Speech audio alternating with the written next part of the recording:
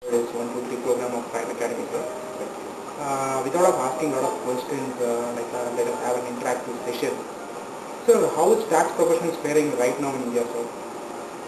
Tax professionals are faring pretty well now. The only thing is they have to sharpen their skill set to move towards the international taxation. The brighter side of it is in the international taxation. So that little bit of extra effort is required for meeting the challenges. And how do you foresee the future of the tax professionals? Is it going to be so remunerative or will it stagnate? Will there be any other professionals who will be coming into the picture apart from CAs? The development as it goes, the routine and the mundane work will go to outsiders and will go to other than CAs. But as far as the high-end work is concerned, to take a decision and to advise people on project matters, I think we will have a great role to play, and that is why I said earlier also that that type of knowledge and skill sets one should acquire, and if they are able to do, I see a very bright future for the tax professionals. So what's your view about the new direct tax code bill? How is it going to help the professionals, or how is it going to be? What are the changes? The changes are quite drastic. All areas, from business profits to capital gains to charitable institutions, they have touched all chapters and they have made very specific amendments.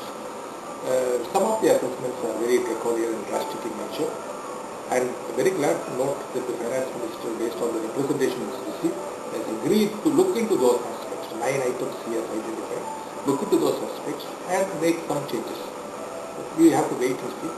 But my personal view is the government is determined to bring in the direct tax code.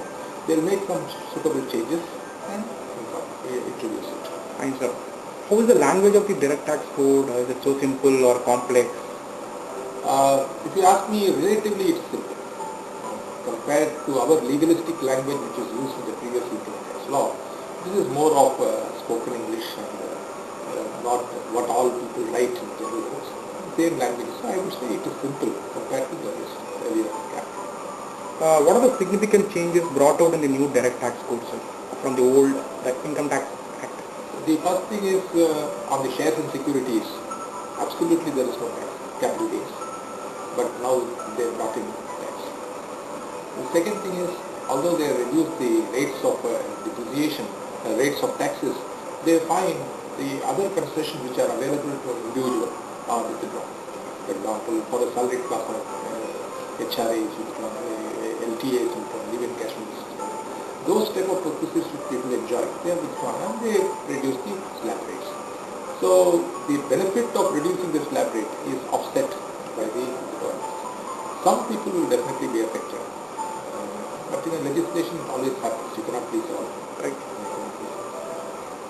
What is the recent development in the international tax front, sir, across the globe?